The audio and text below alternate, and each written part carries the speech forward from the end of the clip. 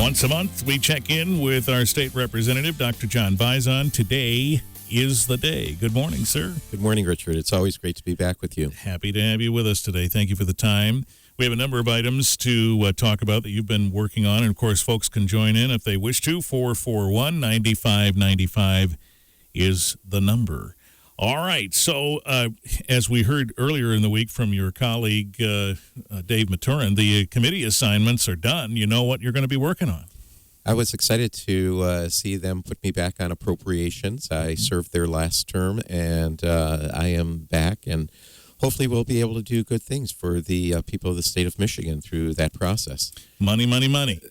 As you know, the governor came up with his recommendations probably about a week and a half ago, and he said this is where his priorities would be, and continuing the programs and the spending that has to be allocated by both the House and the Senate. And so this is a process that we will go through where at times it seems like there is posturing going on, that you talk to others who are involved with the administration, and they'll say, well, he didn't fund this because he wants to be able to negotiate that back in, and we know that you're going to put it back in. And so when you have that kind of posturing, it makes it just a little bit more difficult than just coming out with a budget that you'd like to see. Remind us how appropriations fits into all this process. That is to say, there's going to be the governor's made his recommendations for budget. There's going to be a House and a Senate, and somehow all of this comes together. How does appropriations work that out in the House? Well, half the bills are going to go over to the Senate side, and half the bills are going to come over to the House side. And then they get broken down into subcommittees. And so we'll have a number of different subcommittees, and they asked me to be involved with the Medicaid process. And I'm very excited and thrilled that they would ask me to sponsor a work group on that. That being leadership in the House, have asked me to chair the Military and Veterans Affairs budget. So that would suggest that I'm going to be working very closely with General Vadney and our VA leaders and our veteran organizations here throughout the states, be it American Legion or Purple Heart or other groups that are assisting our veterans. And we'll be going through that budget. That includes our school right out here that the National Guard runs, the Youth Challenge Academy, which I think is doing exceptional work. And I'm looking forward to trying to be of assistance to them as well, and make sure that they prosper, to make sure that their students prosper, not so much that they themselves prosper, because you know, who cares whether or not a school is there or not? It's the kids within the school. And sometimes these are very, very difficult kids to educate in their particular program, and they seem to do an exceptional job with those kids in a residential setting. I think that many lives have been turned around by that program, and we, of course, would love to see that. But we're going to have challenges on the Medicaid side as well, because, we're looking to have changes in the Affordable Care Act, and that's going to generate changes in Healthy Michigan, and we're going to have to review our budget and adjust our budget according to what comes down from Washington, of course. Yeah, and we'll talk about what kind of a challenge that is when we come back in just a moment on 95.3 WBCK with Representative Dr. John Bizon.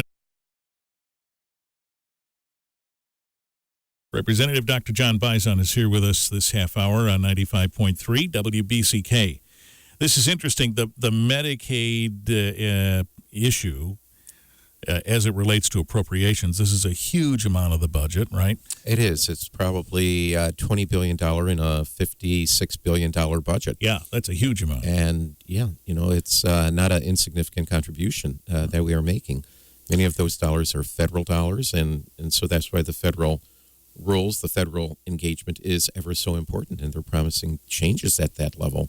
And we don't know what the changes are going to be. They may be block grants, or they may be per person enrolled in the program type grants, or they may involve HSAs, or they may just be business as usual. So they have lots of various options, and I would love to have some pilot programs here within the state so that we can figure out that if it does come out as a big block grant, what is effective in getting us to healthier, not what is effective in just making sure that we are insured, because that doesn't get to the point where we are helping our citizens, and it has to be what is it that we are going to do to make it so that we are helping our citizens. Aside from the Affordable Care Act questions and potential changes that may come, what's the overarching viewpoint now on appropriations about that $20 billion dollar Did budget? I say million? No, I said million. You said billion. I meant to say billion. $20 billion is the overarching viewpoint that we got to go in there and find a way to cut that? I mean, what's the overarching view? My impression is that in the immediate future, we are not planning on there being a change in that appropriation.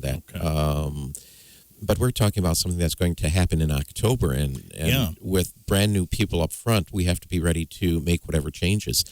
The consensus was that if we're talking about block grants coming in, they'll probably be for fewer dollars than the government was originally paying. They want to see some advantage to this program. They want to make sure that they incentivize us doing things better. And I applaud that approach. Not so much the cuts per se, because we need to make sure that we have the resources to help our citizens. But by the same token, if we can't do health care better than the federal government by 5%, then shame on us. And when you talk about 5% of a $20 billion item, you're talking about $1,000 million. You're talking about $1 billion being that 5%. And in many ways, that's tough to make up. The governor likes to have the budget sewn up ahead of time. We're talking now about changes we don't know about for a budget that starts in October. Is the purview that there may need to be changes made on a budget that's already been agreed upon? I'm sure that we're going to have a balanced state budget. That is one of the constitutional things that we have to have. And so if we find that we are having less income from the federal government, yes, it's going to cause us to go back to appropriations. And we're going to either say that we need to revise this, giving more dollars here, taking a few dollars there. And it may cause us to revise the entirety of the budget, especially if we can't take whatever changes there are out of the healthcare budget, if we're simply talking about healthcare dollars coming back here to the state. Representative Dr. John Bizon with us. We'll come back in a moment and talk more about a number of things. The House Republicans have a plan that they've talked about. They have on a number of different levels, and we'll talk about that too, among other things, when we come back. 95.3 WBCK, we do want to talk about that House Republican plan, but for a second, that income tax thing, the idea that we could get rid of the income tax in Michigan did not fly. Where did you land with that? Well, I have to say that this is presenting bills, putting them up on the board that typically we have not done. Yeah. In my 2 years there in the past, and even in my recollection, you have to go back a long way before you see any speaker go and put a vote up on the board that he knows is not going to pass. And I think that to some degree shows his courage in doing that and not doing government as usual, letting the people know. And I really think that the people who won by doing that is certainly not the speaker. And it certainly is not the members necessarily, but it's the people of the state who now know where their representatives sit and how they would go forward with this issue. And so I have to applaud. And no matter which side you fell on in this argument, I think there are reasonable arguments on both sides, but there is one that kind of tugs at your heartstrings, and there is one that says that, yes, we need to do better by our citizens, either as more services or as putting money back into their pocket. And, you can make an argument on either side of that, but it's good for the people to know where you stand. Are there concerns if the income tax were to go away that we'd have a budget problem? I'm sure that there is that concern, and the question becomes, what are you going to cut? And my approach was I'd be very much happier identifying the cuts we're going to make if that income tax goes away. But the income tax would be a huge bite into our budget, and all too often we have to have matching dollars to draw the dollars down from Washington. And if you don't have those dollars, then that is considered a bad thing. That keeps us from being able to perform optimally at our government functions. But this is all good. I think that having the transparency out there is always a good thing, so that you know exactly where we are and what we are doing. And our budget has certain holes in it. Even right now, we said we're going to take $600 million out of general fund to apply to the roads. We want the extension of the homestead tax credit, which is a couple $100 million. But you have to realize that our budget this year is some $500 million. And you were asking, where did we end up? And this will be, we are where we had started. This is probably going to be a renewed interest. I know the Senate has their own plan to completely eliminate over a period of years. Our plan was to eliminate over a period of some 40 years. And as the plan evolved over the last couple of days, that number shrunk and shrunk as far as how much we were going to bite off and chew, so that it became a 4-year program rather than a 2-year program, where we'd go simply from the 4.25, where we currently are, down to 3.9 over a period of 4 years. Right. And we said, well, maybe that still is a little bit aggressive. And the very last bill that we voted on, the bill 4001, I think it was Amendment H3 or something, it was the third time that it was amended, was a bill that would have decreased it over the next 2 years. Next year to from 4.25 to 4.15. That would be that 1/10, and then the following year the same. And then we said we're going to pause, and if we don't have $1 billion in our rainy day fund, then the continued tax cuts will not happen.